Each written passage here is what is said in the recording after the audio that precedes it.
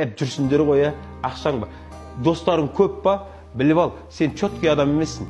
Сіздерге сразу айтайын, досың көп па, сен четкий адам емессің. Сенде не ақша бар, не абырой бар, не власть бар, не тақ бар, не погон бар. Сенде анау адамдарға керек бір нәрсе бар. Өйткені отырысқа келген кезде біреу қойшымын десе оның номерін ешкім сұрамайды ғой. Прокурормын деші, номерін алып қол дейді. Керек та, білет та, ол ертең бір проблема болатын же. Жігіттер, қараңыздар, біздің басымызда іс түскен кезде не үшін жалғыз қаламыз, соны айтайын ба? Өйткені, қараңыз, мына бір 5-6 жігіт дос боламыз да, дос боламыз. Мен бұларға ше, отырысқа барамыз қоя, итпе, битпе дей берем қоя, сосын мыналар не дейді? Ананы шақырмаш, өзіміз адам ұстап отырайықшы дейді. Сен бітті, сен секірдің, сен секірт жібереді алар.